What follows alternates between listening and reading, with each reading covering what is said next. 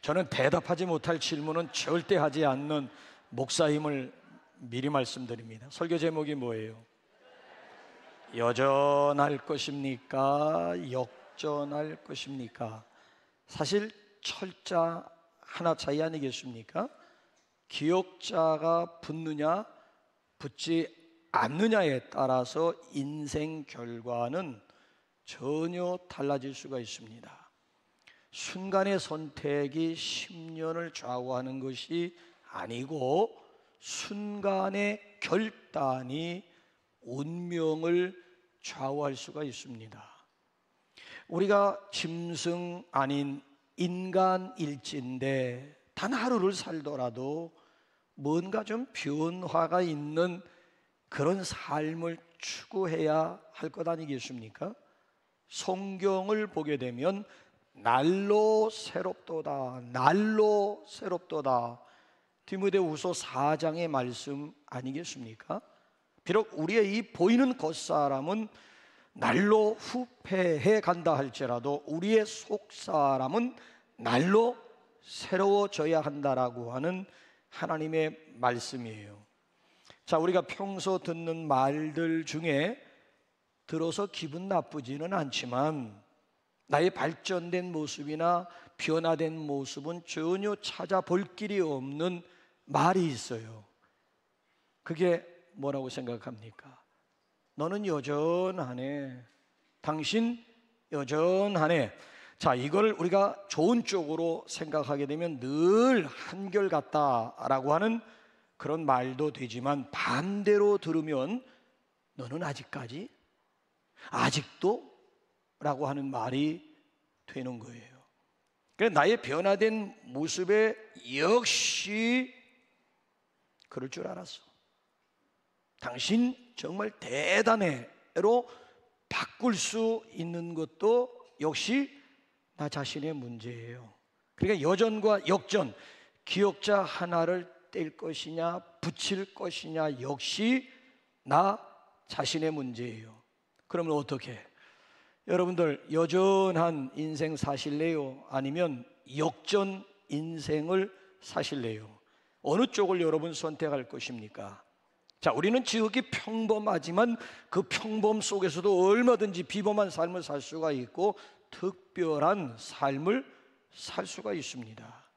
혹시 여러분들 가운데 로또 복권 사시는 분들이 있습니까? 저는 지금까지 단 한 번도 장난 삼아서라도 로또 복권을 사보지 못했습니다. 로또 복권 사신 분들 얘기를 들으면은 그 로또 복권 상단에는 인생 대박이라고 하는 문구가 있었다면서요. 더도 말고 덜도 말고 6 숫자만 맞으면 인생 대박이 터진다는 거예요. 이 말에 6 숫자만 맞으면 이 말에 현혹되어 가지고 매주마다 로또 복권을 사는 분들이 있다는 거예요. 대박 인생은 차치하고라도 그로 인해서 쪽박 인생 된 분들도 상당히 많더라는 거예요. 일확천금, 불로소득을 꿈꾸다가 물질적으로 정신적으로 피폐해지는 사람들이 얼마나 많은지 몰라요. 자, 진정한 의미에서 그럼 어떻게 우리가 인생 대박을 꿈꿀 수가 있고 역전 인생의 주인공이 될 수가 있을까? 자, 오늘 본문 말씀을 보게 되면 인생의 대박을 터뜨린 주인공, 아니 역전 인생의 드라마를 새로 쓴 주인공을 우리에게 소개하고 있잖아요. 자, 데라라고 하는 인물은 여전한 인생을 살다 간 대표라고 한다면은 본문에 소개되고 있는 아브라함은 역전 인생을 살다 간 대표적인 인물이라고 할 수가 있습니다. 자, 데라라고 하는 사람은 분명히 여기 31절에 보게 되면 갈대아 우르를 떠날 때는 목적지가 가나안이었어요. 가나안을 향해 가다 중간 지점인 하란에 머물게 되고 거기 주저앉고 말았습니다. 여기서 이대로의 인생을 살다가 결국 끝장난 대표적인 사람이라고 한다면은 아브라함이라고 하는 사람은 가나안의 주인공이 되었다는 거예요.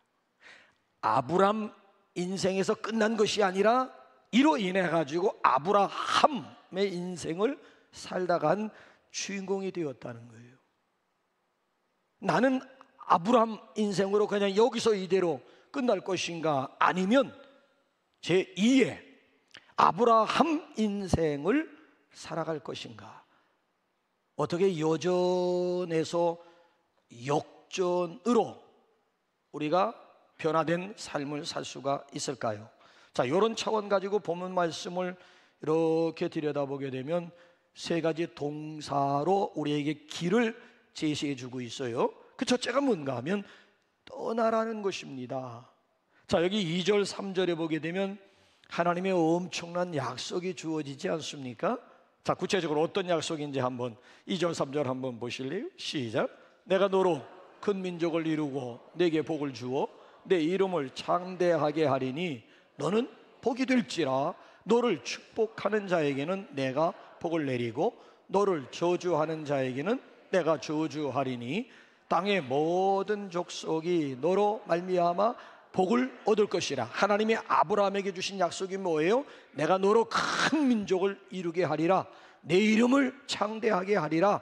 땅의 모든 족속, 모든 민족이 바로 너로 말미암아 복을 얻을 것이라 라고 하는 엄청난 약속. 이거 하나님이 주신 꿈이요 비전, 놀라운 약속이 아닐 수가 없어요. 자, 그런데 이것을 위해서 하나님께서 먼저 무엇을 요구하실까요? 1절 한번 상반절 한번 또 띄워주실래요? 시작. 여호와께서 아브라함에게 이르시되 너는 너의 고향과 친척과 아버지의 집을 떠나. 너는 떠나라는 거예요. 떠나라는 거예요. 1차적인 미션이 떠나라는 거예요. 뭘 떠나라는 거예요? 고향, 친척, 아버지의 집을 떠나라는 거예요. 자, 여기 보면 데라 모양 하란에 안주하는 삶을 살려고 하지 말고 하나님의 명령을 따라서 떠나라고 하는 거예요. 다시 말씀드리면 익숙한 것들과의 결별을 선언하는 것이 첫 번째 스텝이라고 하는 거예요. 익숙한 것들, 여러분 지금 안일함도 있고 안주하려고 하는 그런 습성도 있고 너무 지금 익숙한 것들에 우리가 지금 젖어 살고 있지 않습니까? 자, 이로부터의 결별을 선언하라고 하는 거예요. 결코 고향 갈대아 우르로 다시 돌아가려고 해서도 안 되고 현재 머물고 있는 하란의 삶에 안주한다든지 만족하려고 하지 말라라고 하는, 떠나라고 하는 거예요. 떠나라는 거예요. 앉은 자리를 바꾸지 않으면 새로운 풍경도 볼 수가 없고요, 새로운 세계를 경험할 수가 없는 거예요. 저는 참 안타까운 것이요, 바다가 보고 싶다라고 말하면서 여전히 마을만 보고 있는 사람들이 있죠. 바다가 보고 싶으면 어떻게 해야 되는 거예요? 마을만 바라본다고 해서 바다가 내 앞에 다가와 주리라고 여러분 그렇게 기대하십니까? 그럴 수 없잖아요. 보세요.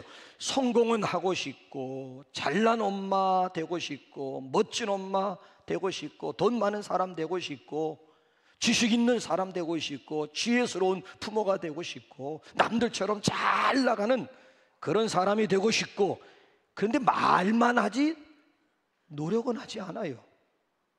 말은 뭐 누구 되고 싶고 뭐 되고 싶고 뭐 되고 싶고, 근데 전혀 노력이 없어요. 아, 바다가 보고 싶다면 바다를 향해서 떠나야지요. 아직도 그 자리에 머물러 있어요. 여전히 그 자리, 여전히 그 자리.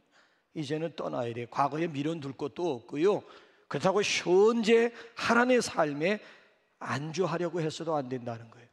저기 뉴질랜드 오클랜드 남방구에서 가장 높은 건물을 꼽으라고 한다면은 아마 스카이 타워가 아닌가 싶어요.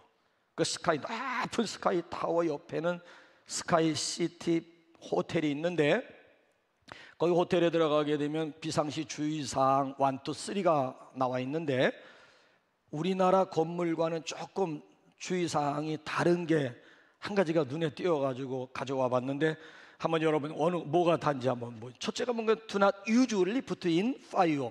in fire 화재 시 리프트 이용하면 안 된다는 거야. 승강기 사용하지 말라는 거. 절대예요.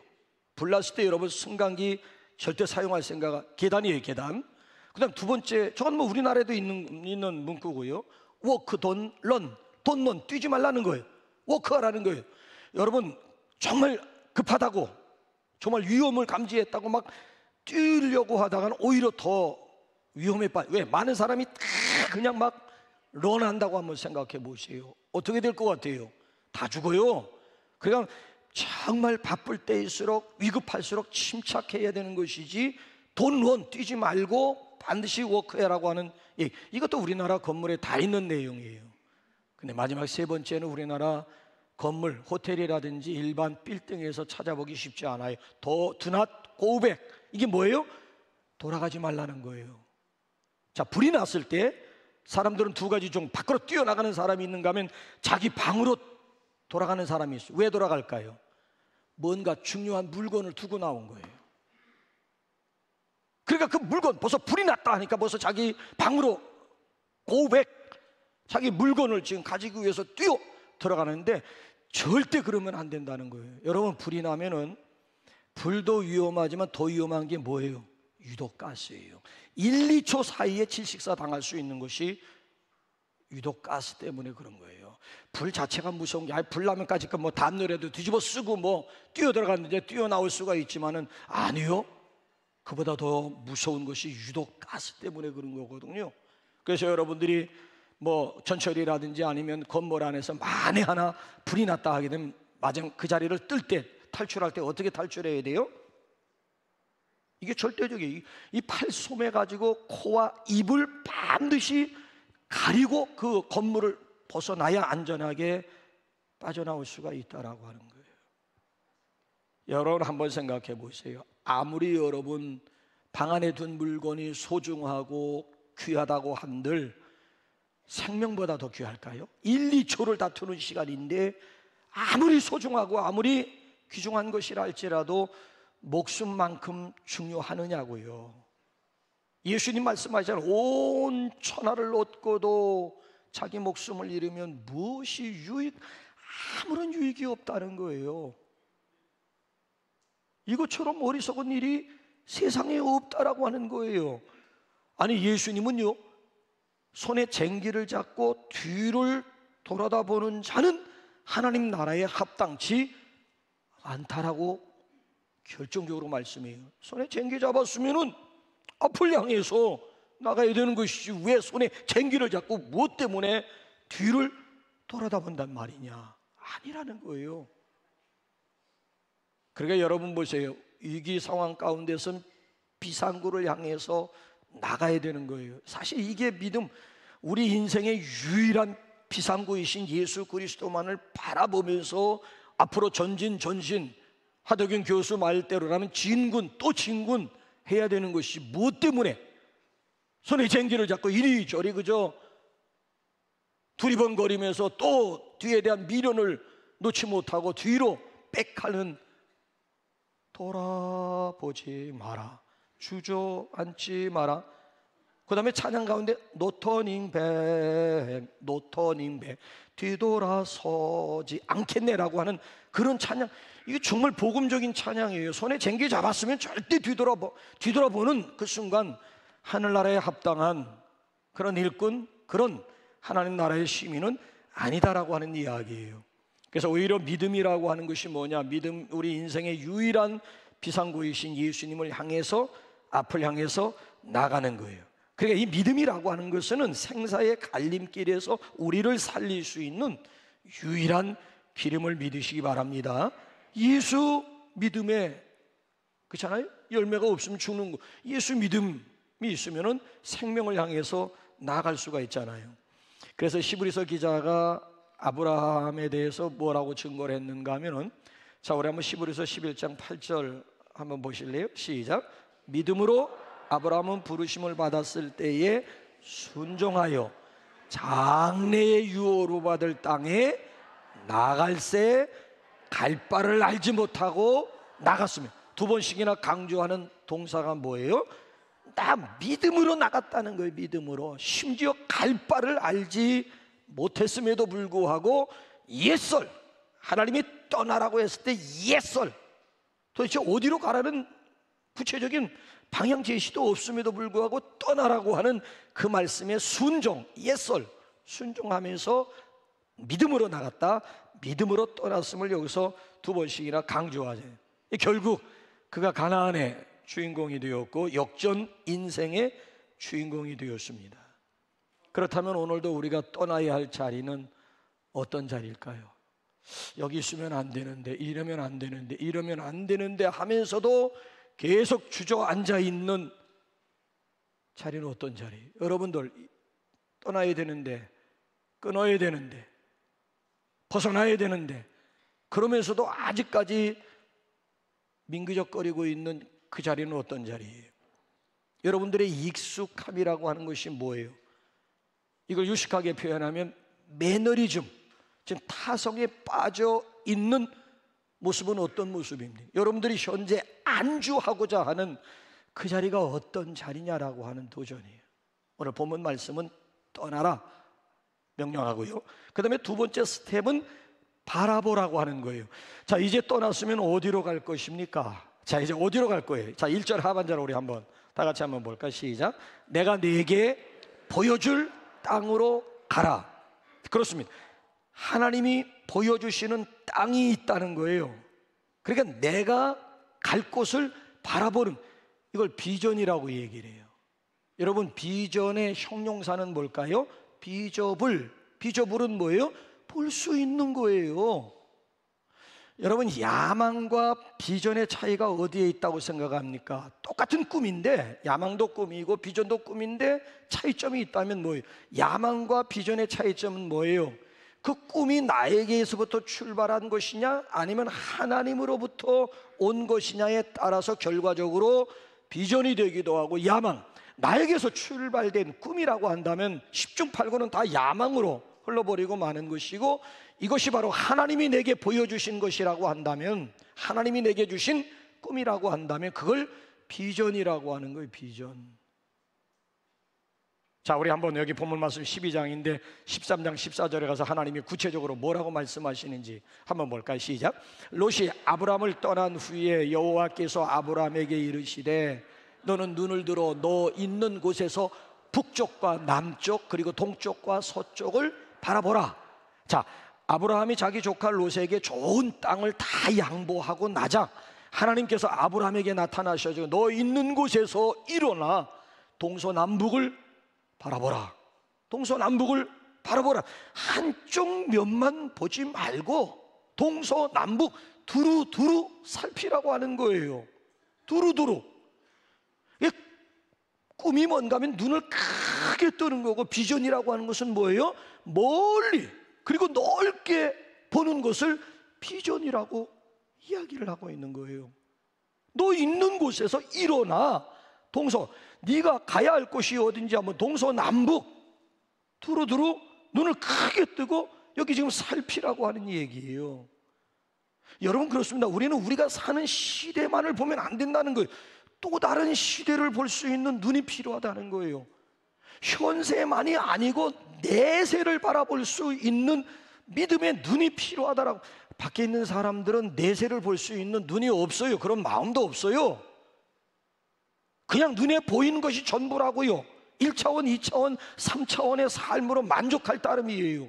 우리는 1차원, 2차원, 3차원의 세계가 가지고 제4차원 영적인 또 다른 세계가 있는 거예요. 그러니까 내세만을, 아니 현세만을 바라볼 것이 아니라 우리에게 예비되어져 있는 내세가 따로 있다는 거예요. 그 믿음의 눈만 가지고 볼 수 있는, 그래서 눈을 크게 뜨라고. 여기서 지금 안주할 생각 하지 말라라고 하는 얘기예요.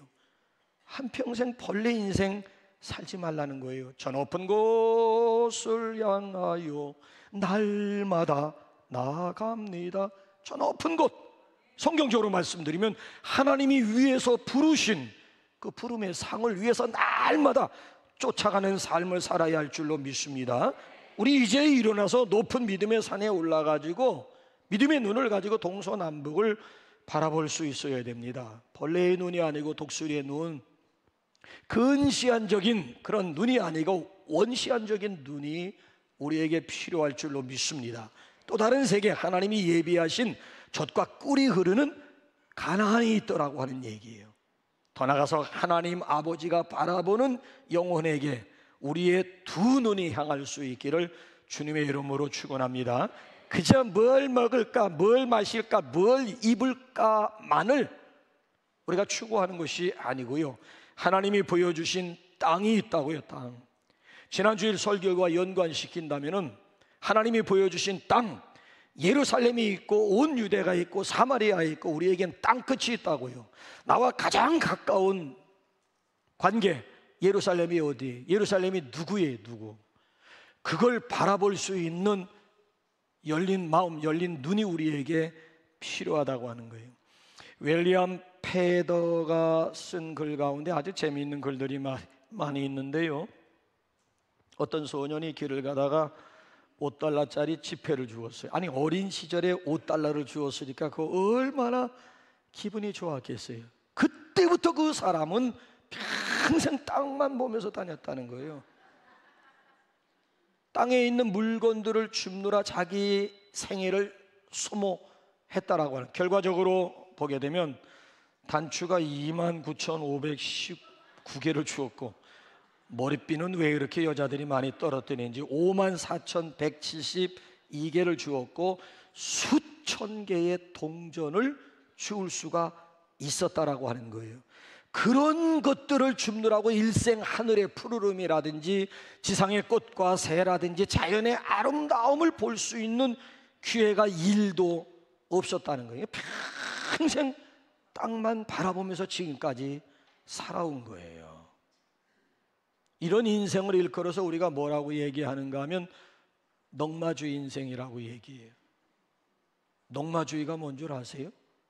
넉마주의가 뭔지 웬만한 사람, 저는 아예 잘할 때 우리 옆 동네가 넉마주의 소굴이 있어가지고요, 얼마나 무시무시한 그런 소년 시절을, 얘네들은 법도 없습니다. 한번 잘못 걸리면 죽어요. 끝까지 쫓아가서 끝까지 보복하는, 조그만 아이들만 건드렸어도 벌떼처럼 몰려들어가지고 끝까지 물고 늘어지는, 법이 없어. 이 사람들은 그냥 뭐 유치장도 두려워하지, 죽음도 두려워하지 않는.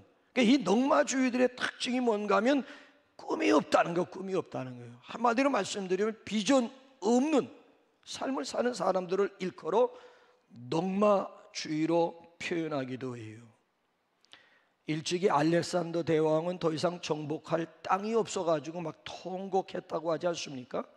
미국의 케네디 대통령이 뉴 프론티어 정신을 강조하지만 그 뉴 프론티어 정신도 일찍이 알렉산더 대왕에게서 온 말이라고 하지 않습니까?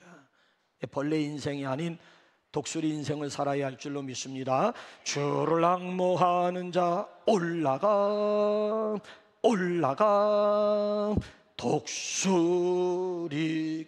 그래서 요한복음을 보면 우리 그리스도인들을 일컬어 독수리로 비유하는 거예요. 독수리의 특징은, 썩은 고기도 먹지 않지만 독수리의 특징은 바람을, 그러니까 비바람 가운데서도 그걸 이용해가지고 오히려 하늘 높이 비상하는 그런 특징을 가지고 있어요. 그래서 우리 그리스도인들을 비유할 때에 독수리로 비유하고 있다라고 하는 거예요. 넉마주의 인생들이 아니고 주바라기 인생들이 될 수 있기를 주님의 이름으로 축원합니다. 그렇다면 여러분들의 비전은 뭐예요? 여러분들은 뭘 기대하십니까? 무엇을 소망하십니까? 여러분들의 인생의 목적이 누군가 여러분 예배를 마치고 밖에 나가는데 여러분들을 붙잡고 당신 인생의 목적이 무엇입니까? 구체적으로 당신 인생의 목표가 무엇입니까? 라고 묻는다면은 준비된 대답들이 있으세요? 아니, 지금이라도 옆에 있는 분들 여러분에게 당신 인생의 목적이 뭐요? 구체적으로 당신 인생의 목표가 무엇입니까? 라고 묻는다면은 준비된 대답들이 있느냐라고 하는, 글쎄요, 아직까지 생각해 보지 못했는데요. 그럼 뭐예요? 지금까지 살아온 인생이 뭐예요? 지금 이거 굉장히 아주 중요한. 자, 보세요. 많은 사람들을 태운 배가 바다 한가운데에서 풍랑을 만남으로 인해 가지고 좌초 위기를 당하게 돼요. 많은 사람들이 순식간에 배아는 아수라장으로 변했어요. 마우성을 치면서 막 살려달라고. 아니 근데 그런 와중 속에도 한 귀퉁이에서 침착하게 기도하고 있는 노인 한 사람을 발견하게 되었습니다. 이해가 안 되잖아요. 같은 그리스도인이 질문 던졌어요. 나도 예수 믿는 사람이지만 아니 이런 상황 가운데서 기도가 나옵니까? 당신 두렵지 않아요? 라고 물었더니만 그 노인이 뭐라고 대답하는가 하면 나에게는 딸이 둘이 있는데 몇 년 전에 큰 딸은 죽어서 하늘나라에 갔고 지금 작은 딸을 만나러 가고 있는 중입니다. 배가 전복되어 가지고 죽게 되면 바로 오늘 꿈에도 그리던 큰 딸을 만나게 될 것이고 배가 또 무사히 항구에 도착하게 되면 사랑하는 딸을, 작은 딸을 만나게 될 것입니다.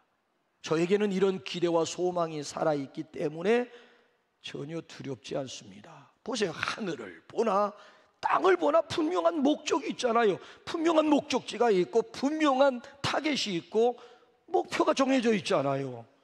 살면 살아서 좋은 것이고 죽으면, 그러니까 사도 바울이 사나 죽으나 이걸 얘기했잖아요. 살아서 하나님께 영광이 돌아간다면 사는 것이고 죽어서 또 열매를 맺고 하나님의 영광을 드러낼 수만 있다면 why not? 거절할 이유가 없다라고 하는 것. 사나 죽으나 우리는 누구의 것? 주의 것임을 사도 바울이 일찍이 고백하고 있지 않습니까?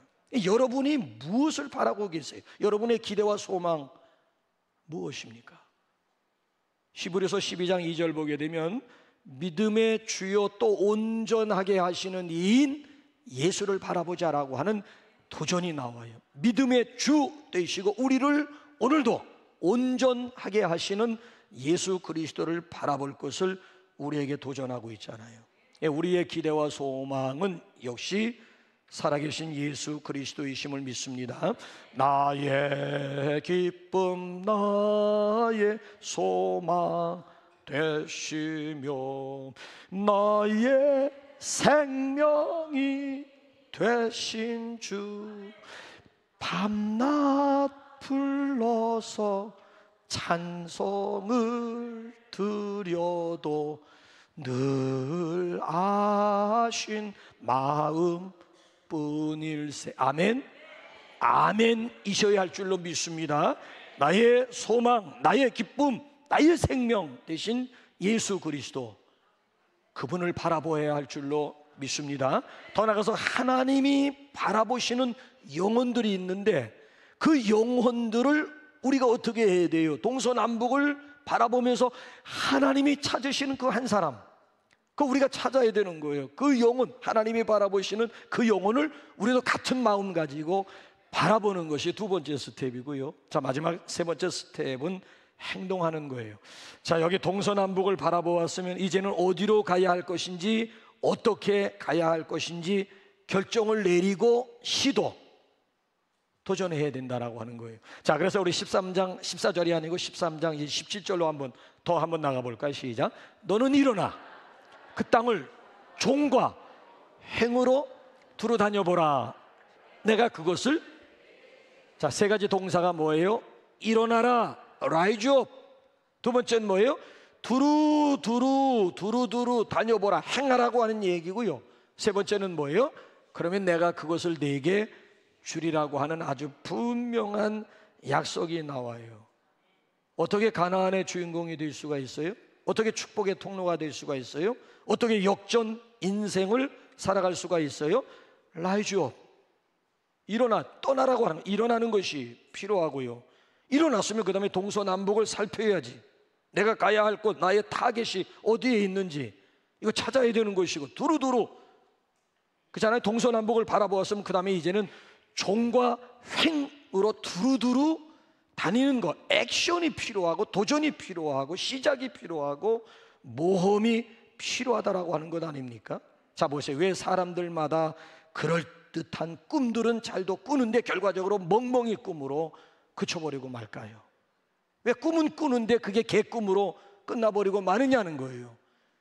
꿈을 위해서 내가 지불해야 될 대가가 있는데 그 대가 지불에 인색하기 때문에 그런 거예요. 반드시 꿈에는 대가 지불이 있어야 된다라고 하는, 수고가 있어야 된다는 거예요. 노력이 있어야 된다는 거예요. 시도가 있어야 된다는 거예요. 모험이 있어야 된다는 거예요.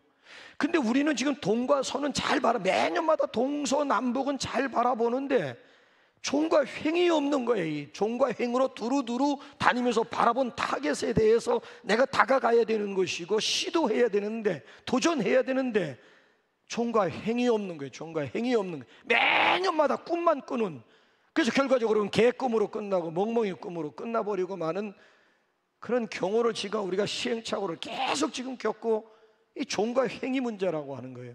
자, 그래서 이런 재미있는 말이 있어요. 벤처가 모험이잖아요.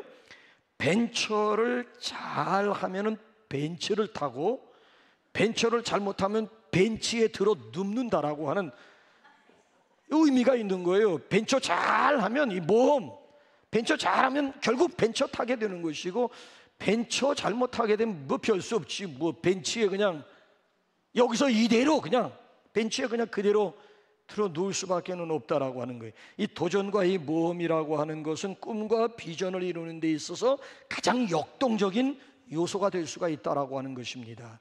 인류가 낳은 가장 위대한 과학자인 아인슈타인이 천재 물리학자잖아요. 전혀 뜻밖의 말을 했어요. 너무 뜻밖의 말을 해가지고 제가 한번 가져와 거기다 플러스 알파까지 더 붙였어요. 나에게 특별한 재능은 없다.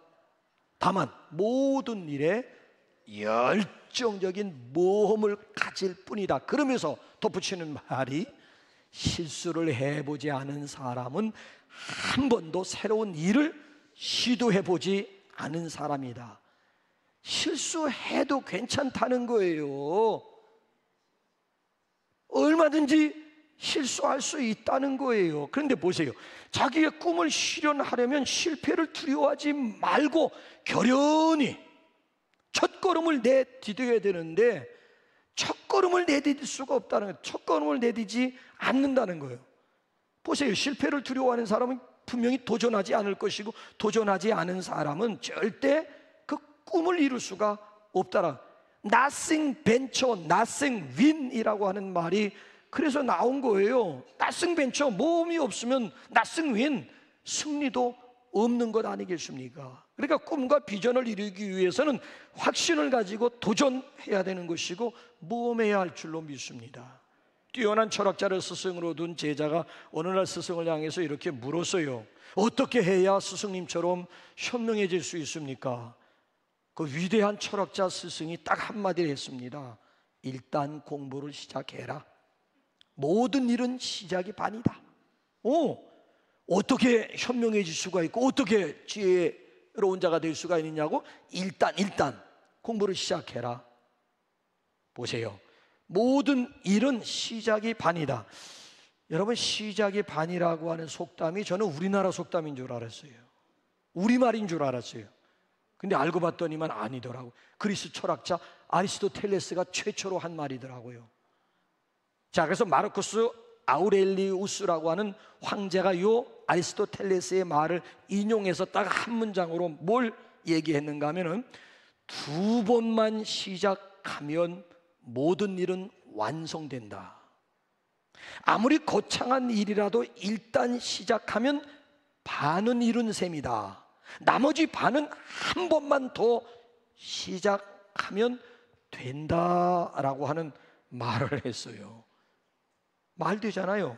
시작이 반이라면 아무리 거창한 일이라도 일단 시작하게 되면 반은 이룬 셈이 된다면 또 한 번 시작하게 되면 나머지 반도 결국 이루어질 것이라고 하는, 그러니까 세상을 변화시킨 위대한 사람들의 공통점 한 가지가 뭔 줄 아십니까? 도저히 이룰 수 없는 일들이지만 일단 그들은 시작한 사람들이라. 이게 그들과 우리와의 차이점이에요. 우리는 엄두를 내지 못하는 거.